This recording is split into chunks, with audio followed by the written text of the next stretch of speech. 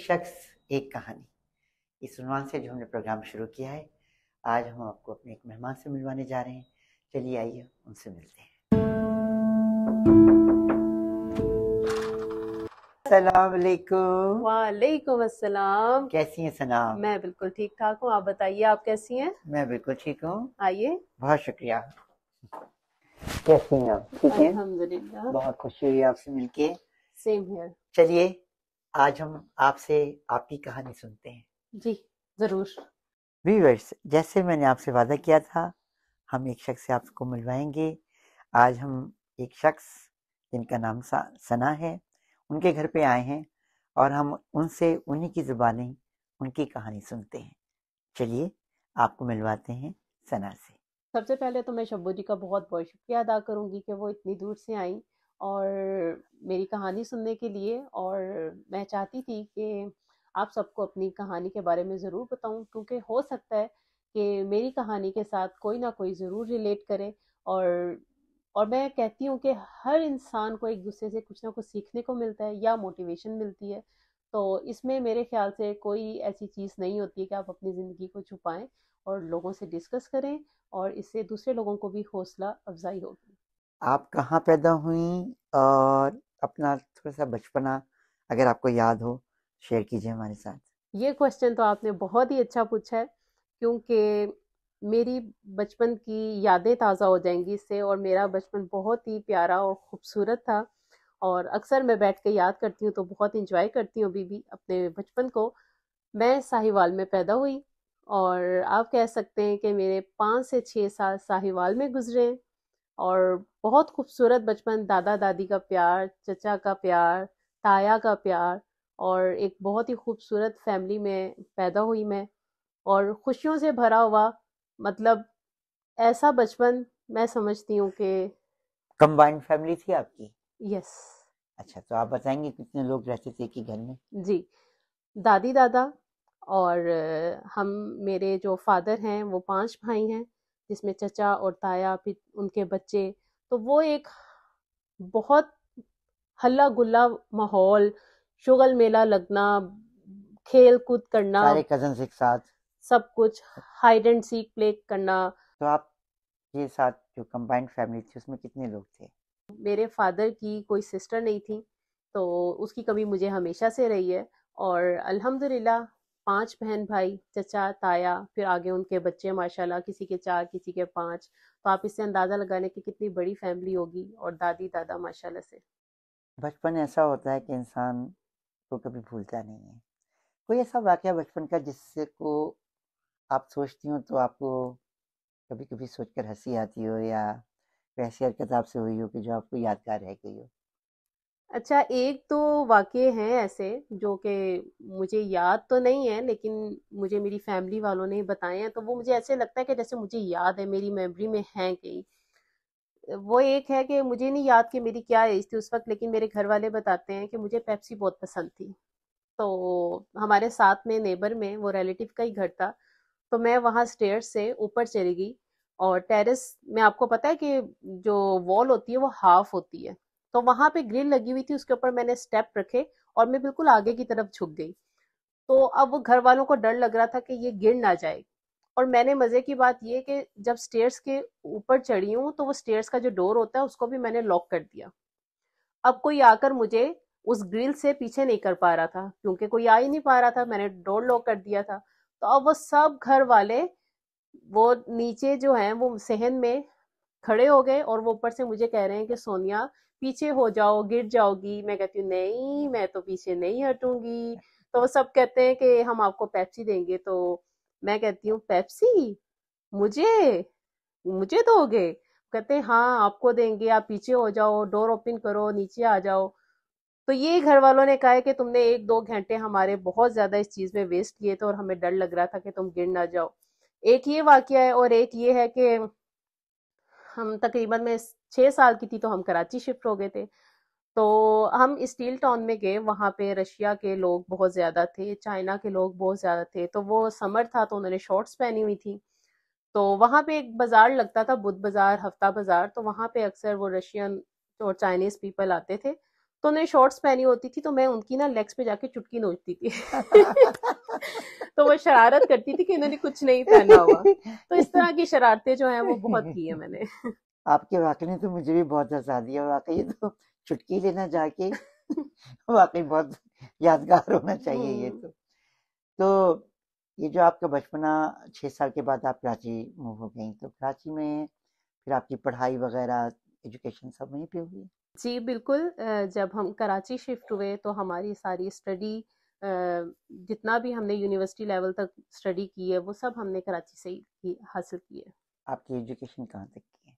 मैंने मास्टर किया ज्योग्राफी में, और शादी से पहले मेरा इरादा था कि मैं एमफिल भी कर लूं, और मेरे नाना अबू की ख्वाहिश थी कि मैं पीएचडी करूं। बट जब मेरी शादी हुई तो मैं आगे अपनी स्टडी कंटिन्यू नहीं कर सकी, तो मेरी स्टडी फिर मास्टर तक ही स्टॉप हो गई। स्टडी ना कंप्लीट होने का कोई रिग्रेट? जी, बिल्कुल होता है, क्योंकि मैं बेसिकली मेडिकल की स्टूडेंट थी और मैं डॉक्टर बनना चाहती थी। डॉक्टर तो मैं बनी नहीं, तो अब मैं ये सोचती हूँ एटलीस्ट पीएचडी कर लेती तो डॉक्टर लग जाता मेरे नाम के आगे। अच्छा, आपकी शादी कहाँ हुई और अरेंज मैरिज हुई या लव मैरिज थी? ये भी आपने बहुत अच्छा क्वेश्चन किया है। शादी मेरी कराची में हुई, और शादी हमारी लव मैरिज है, और अल्हम्दुलिल्लाह बहुत अच्छा फैसला था मेरा। कुछ बताना पसंद करेंगी ये लव कैसे हुआ? अच्छा, ये कहानी तो बहुत लंबी है, कभी फुर्सत मिली तो ज़रूर आपको कंप्लीट स्टोरी भी इसके बारे में बताएंगे, लेकिन आप ये समझिए कि याहू के ज़रिए हमारी बातचीत स्टार्ट हुई थी। ये जो सोशल मीडिया है, ये बड़े बड़े काम कर जाता है कभी कभी। तो 2 दिनों को मिला दिया, आपकी शादी हो गई। चलिए, आप मुझे बताइए कि जो आपकी प्रोफेशनल लाइफ है, आपने कभी कोई काम वगैरह किया अपने पाकिस्तान में जब आप थीं, या यहाँ पे आने के बाद कोई काम वगैरह किया आपने? जी, पाकिस्तान में मैंने टीचिंग भी की है, बच्चों को होम ट्यूशन भी दी है, और अल्हम्दुलिल्लाह कुरान पाक भी मैं पढ़ाती रही हूँ। और 9th मैट्रिक के स्टूडेंट थे मेरे, जिनको मैं बायोलॉजी और केमिस्ट्री पढ़ाती थी। फिर उसके बाद मैं यूके आ गई, तो यूके में आके मैंने बच्चों के स्कूल में अगेन जॉब की, और अल्हम्दुलिल्लाह जो कि अभी तक कंटिन्यू है। तो तुम वर्किंग वुमेन भी हो और घर भी संभालती हो, बच्चे भी देखती हो, अपने मियाँ का भी ख्याल रखती हो, कैसे मैनेज करती हो? I think it's not a very difficult task for the womens, क्योंकि आई थिंक के जो वुमेन पावर होती है, मैं समझती हूँ कि वो हरफन मौला होती है। वो घरदारी भी बहुत अच्छे से कर सकती है और बाहर के काम भी कर सकती है, और स्पेशली जब वो एक माँ बन जाती है तो मैं समझती हूँ कि वो बहुत ही एक मजबूत औरत बन जाती है। तो उसके लिए ये छोटी छोटी चीजें कोई मुश्किल काम नहीं होता कि घर के काम करने हैं, बाहर के काम करने हैं।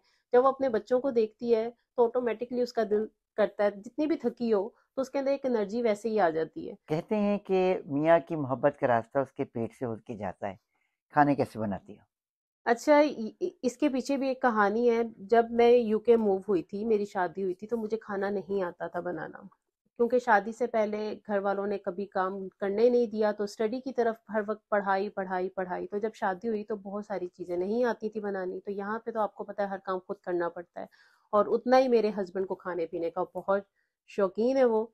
और मैंने आकर कोशिश की खाना बनाने की, और जो कि अब मैं फंस चुकी हूँ। पहले मेरे हस्बैंड पूरा किचन का सारा काम करते थे, और फिर मैंने कहा कि मैं कर लेती हूँ काम। सबसे अच्छा क्या बनाती हो? तुम्हारी पसंदीदा डिश क्या है? अच्छा, मैं नहीं समझती कि मैं बहुत अच्छे खाने बनाती हूँ, लेकिन मेरे हस्बैंड मेरे हाथ का खाना बहुत पसंद करते हैं, तो मैं अल्हम्दुलिल्लाह शुक्र करती हूँ अल्लाह का। लेकिन मैं ये नहीं कहती हूँ कि मैं बहुत अच्छे खाने बनाती हूँ, क्योंकि मुझे नहीं लगता कि अभी मैं इतनी ज़्यादा एक्सपर्ट हुई हूँ इस चीज़ में। लेकिन मेरे हस्बैंड मुझे कहते हैं कि उनको मेरे हाथ का अचार गोश्त, हलीम, खीर और बिरयानी और चिकन कढ़ाई वो बहुत पसंद है। सोशल मीडिया पे भी तुम्हारे काफ़ी चर्चे हैं और तुम काफ़ी मशहूर भी हो। और बड़ा मुश्किल होता है कि तुम घर भी देखो, बच्चों को भी देखो, और फिर सोशल मीडिया के लिए भी टाइम निकालो। और मैंने तुम्हारे काफ़ी वीडियोस वगैरह देखे हैं, और बड़े अच्छे तुमने मैसेजेस भी दिए हैं अपने वीडियो के ज़रिए। तो ये सब कैसे कर लेती हो?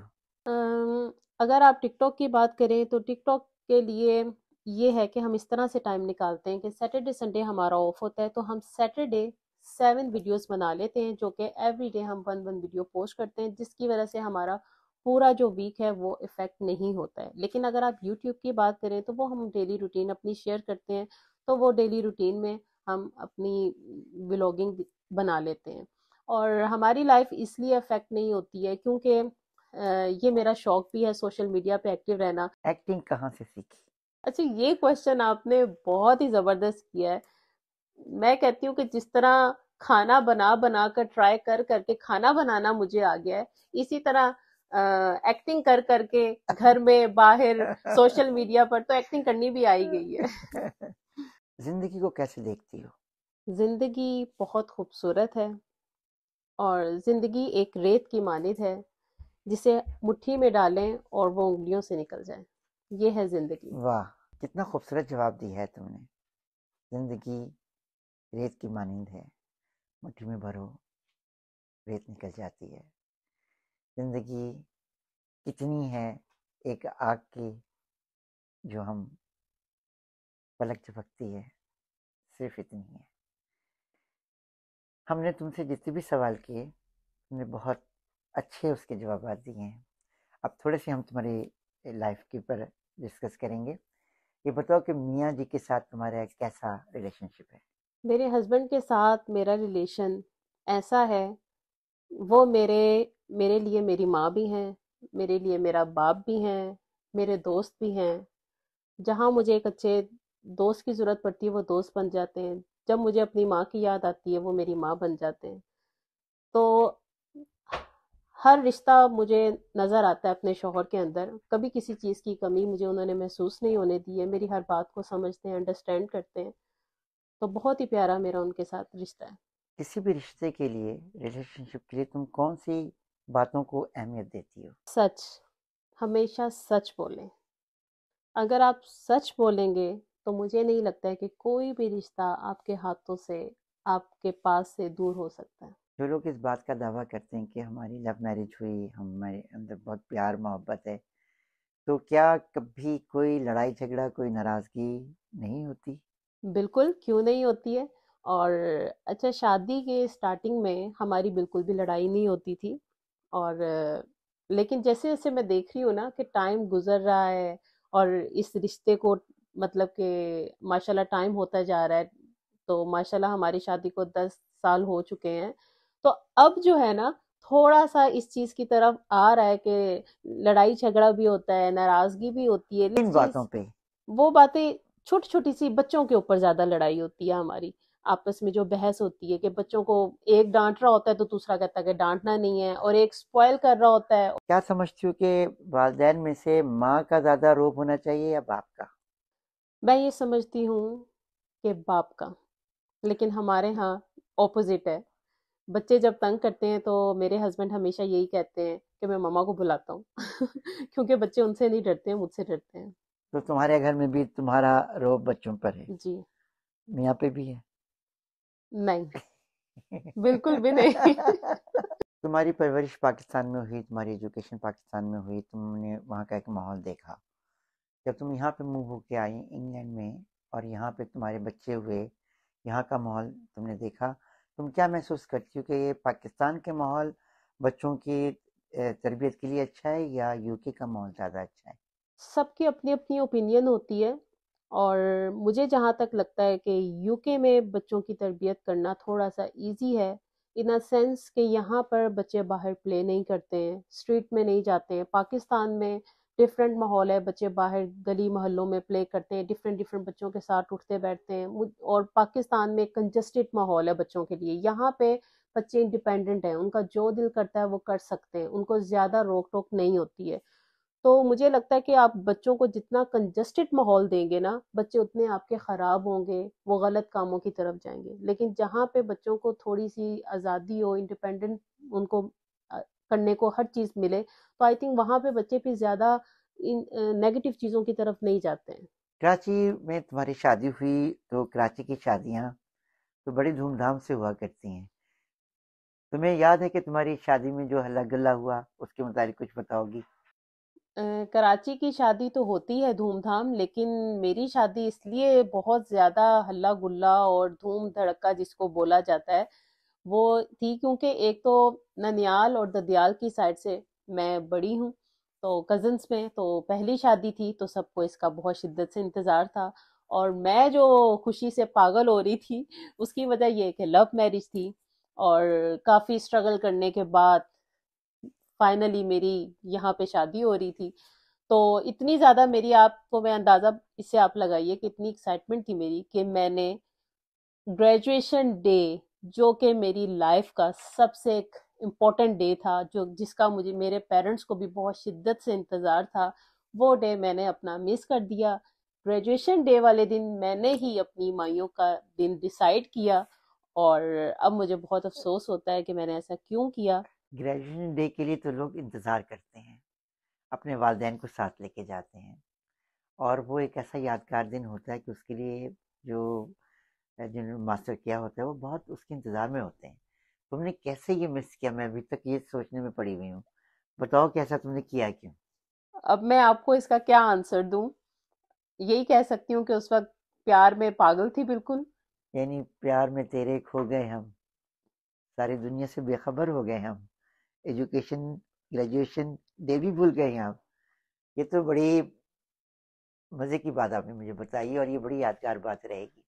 अच्छा ये बताइए कि जो आपकी शादी के बाद आप फ़ौरन अपने ससुराल चली गई थीं कराची से, लाहौर में जाके रहीं या यहाँ पे आ गई थीं यूके? शादी के फौरन बाद मैं अपने ससुराल गई थी, और मैंने अपने ससुराल में 2 साल का टाइम गुजारा है। कौन से मौसम को प्रेफर करती हैं, कराची की गर्मी को या यहाँ की सर्दी को? ऑफ कोर्स मुझे सर्दी पसंद है, गर्मी मुझे बिल्कुल भी पसंद नहीं है, और इसीलिए मैंने पाकिस्तान समर में जाना छोड़ दिया है, क्योंकि पाकिस्तान की गर्मी अब मुझसे बर्दाश्त नहीं होती, जबकि हमने वहाँ पे सारा अरसा गुजारा है। और मार्च में मैं यूके आई थी, और मैंने कोट शोट बड़ा पहना हुआ था, क्योंकि बड़ी एक्साइटेड थी कि मैं यूके जा रही हूँ, बड़ी सर्दी होती है। लेकिन मैं मार्च में, आई थिंक 1 मार्च को मैं यहाँ पे लैंड किया था मैंने यूके में, तो मुझे उस दिन बहुत गर्मी लगी थी, और मैं इतनी शॉक्ड हुई थी कि यूके में इतनी गर्मी है। तुम्हें कौन सी चीज़ ज़्यादा अट्रैक्ट करती है, खेल कूद या अदब, शेर व शायरी या किताबें पढ़ना? किस चीज़ की तुम्हें ज़्यादा तलब होती है? डिफरेंट टाइप्स की मेरी एक्टिविटीज रही हैं। शायद एज के साथ साथ चेंजिंग आती रही है मूड्स के ऊपर। तो ये आज आपके लिए बहुत ही एक नई चीज़ होगी कि मैं थोड़ी सी पोइट्री भी करती रही हूँ, और शादी से पहले भी और शादी के बाद भी। माशाल्लाह। और अभी तक मेरी डायरी जो है वो लाहौर में मेरे घर में मौजूद है। जब साकिब के साथ शादी के बाद 2 साल का अरसा जो मैंने इनकी जुदाई में गुजारा है, उसके बारे में जो मेरे माइंड में आता था उसको एज अ पोइम मैं लिख देती थी डायरी के ऊपर। और कुछ सुनाओ उसमें से, अगर याद हो तो। मुझे कुछ भी याद नहीं है, और मैं कोई, ये नहीं कि एज अ प्रोफेशन या प्रोफेशनल कुछ मैं राइट करती थी।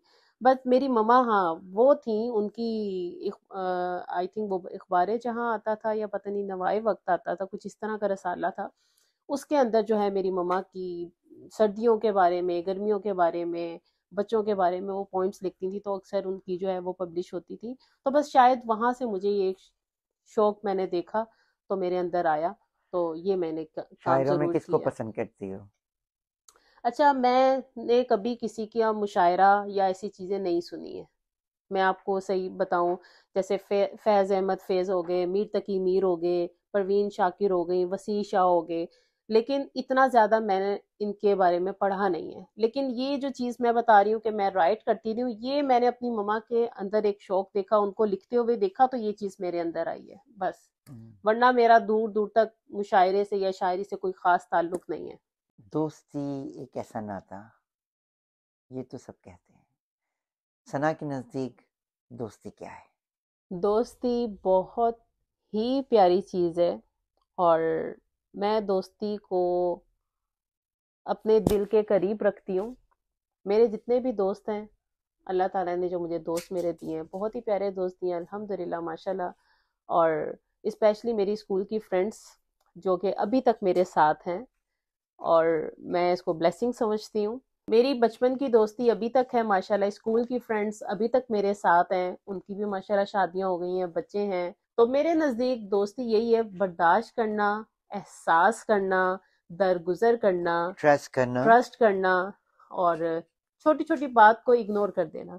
मैं समझती हूँ, एक चीज मैं हमेशा कहती हूँ और कहना चाहूंगी कि जहां पे इंसान अगर चाहता है ना रिश्ता बचाना, रिश्तों को समेट के रखना चाहिए, अगर आप समझते हैं कि ये रिश्ता हमारे हाथों से ना निकले और आपको उससे बहुत प्यार है, बहुत मोहब्बत है, तो देखिए सामने वाला जो है ना, कोई भी इंसान परफेक्ट नहीं होता, तो हर इंसान से गलती हो जाती है, अनजाने में हो जाए या जानबूझकर हो जाए, तो उसको आप नजरअंदाज कीजिए, उसको आप इग्नोर कीजिए और उस रिश्ते को हाथों से मत जाने दें। सना एक बहादुर लड़की है, एक चाहने वाली माँ है, एक मोहब्बत करने वाली बीवी है। ये कभी कभी कैसा महसूस करती हो कि एक बहादुर औरत हो, या कभी कभी तुम्हें हालात इस तरह से डाउन कर देते हैं कि तुम सोचती हो कि काश ऐसा ना हुआ होता, वैसा हुआ होता? अच्छा, मैं बहादुर बिल्कुल भी नहीं हूँ। मैं शायद नज़र आऊँ किसी को, कोई देख कर कहे कि ये बहुत स्ट्रांग है, लेकिन मैं बिल्कुल भी बहादुर नहीं हूँ और डरी हुई भी नहीं हूँ। लेकिन फिर वही अगेन बात कि मैं रिश्ते खोने से बहुत डरती हूँ। चाहे वो बहन भाइयों का हो, चाहे वो रिलेटिव्स का हो, चाहे वो खानदान का कोई रिश्ता हो, चाहे वो दोस्तों का रिश्ता हो, किसी भी किस्म का रिश्ता हो जो मुझसे एक दफ़ा जुड़ जाता है ना, तो उस रिश्ते को खोने से मैं डरती हूँ। कभी रोती हो किसी बात पर, किसी वाक़े को याद करके? बहुत अ, बहुत रोती हूँ अकेले में बैठ के। वजह कोई ख़ास? बस वही बात मैंने आपको बताई है ना कि मैं रिश्तों को बचाना चाहती हूँ, रिश्तों को खोना नहीं चाहती। तो मैं जब भी रोती हूँ, रिश्तों को बचाने के लिए रोती हूँ। किसी रिश्ते ने तुम्हें कोई बहुत दुख दिया? नहीं, दुःख दुःख इस तरह से नहीं दिया है, लेकिन आपको पता है कि हर फैमिली में, हर खानदान में, हर रिश्तों में छोटे-छोटे क्लैशेस और अप एंड डाउन तो आते ही रहते हैं। तो शायद मैं सेंसिटिव बहुत ज़्यादा हूँ, तो छोटी-छोटी बातों को भी बहुत महसूस कर जाती हूँ। माँ तुम्हारी हयात है? मेरी मम्मा वफ़ात पा चुकी हैं। और अब्बू से मुलाकात कब हुई आखिरी? मेरी अभी माशाल्लाह उनसे रिसेंटली ही मुलाकात हुई है, आई थिंक 2 मंथ्स पहले। और पाकिस्तान गई थी? मैं साउथ अफ्रीका गई थी, वो साउथ अफ्रीका में होते हैं, उनका बिज़नेस। और 12 साल के बाद मेरी उनसे मुलाकात हुई। कैसा लगा अब्बू से मिलके 12 साल के बाद? जब मैं उनसे मिली तो मुझे ऐसे लगा एक पल के लिए कि मुझे नई ज़िंदगी मिल गई है। ये मैं आपको अपने अंदर के इमोशंस बता रही हूँ, जो उस वक़्त मैंने महसूस किया कि जैसे मुझे एक नई ज़िंदगी और एक नई खुशी मिली है। और आप यकीन करें कि जब मैं अपने वालिद से 12 साल के बाद मिली हूँ और अभी भी मेरी आंखों में आंसू आ रहे हैं, तो मेरे दिल से अपने हस्बैंड के लिए एक दुआ निकली। मैं ये कहती हूँ कि मैं अपने हस्बैंड को दुआ देती हूँ कि उन्होंने मुझे मिलवाया। शायद अगर मेरी किसी और से शादी होती तो मैं कभी भी ना मिल सकती। अब्बू को कैसा लगा? वो तो बस मुझे एक ही बात कह रहे थे कि मुझे यकीन नहीं आ रहा है कि मैं अपनी बेटी के पास हूँ आज, और अपनी बेटी को फील कर रहा हूँ, उसके बच्चों को महसूस कर रहा हूँ। क्योंकि जब से मेरे बच्चे दोनों बोर्न हुए थे, तो फर्स्ट टाइम वो मेरे फादर से उनकी मुलाकात थी। ज़िंदगी, जैसे तुमने कहा कि बहुत खूबसूरत है, तुम क्या देखती हो अपने मुस्तकबिल को, अपने बच्चों के मुस्तकबिल को मियाँ के साथ आने वाले सालों में कहाँ देखती हो? मैं अपने बच्चों का फ्यूचर बहुत ब्राइट देखती हूँ, क्योंकि मैं और मेरे हस्बैंड अक्सर बच्चों के फ्यूचर को लेकर डिस्कस करते हैं और प्लानिंग्स करते हैं। और मेरी अल्लाह ताला से दुआ है कि कोई भी वालिदैन अगर अपने बच्चों के बारे में फ्यूचर प्लान करते हैं, तो अल्लाह ताला उनके इन ख्वाबों को पूरा करे, आमीन। तो समईन, आपने देखा, सुना एक शख्स की कहानी, उन्हीं की ज़ुबानी।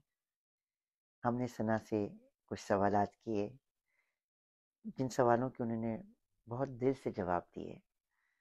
और हमारे प्रोग्राम का दरअसल मकसद भी यही है कि हम लोगों के दिलों का हाल उन्हीं की ज़ुबानी आप तक पहुँचाएँ।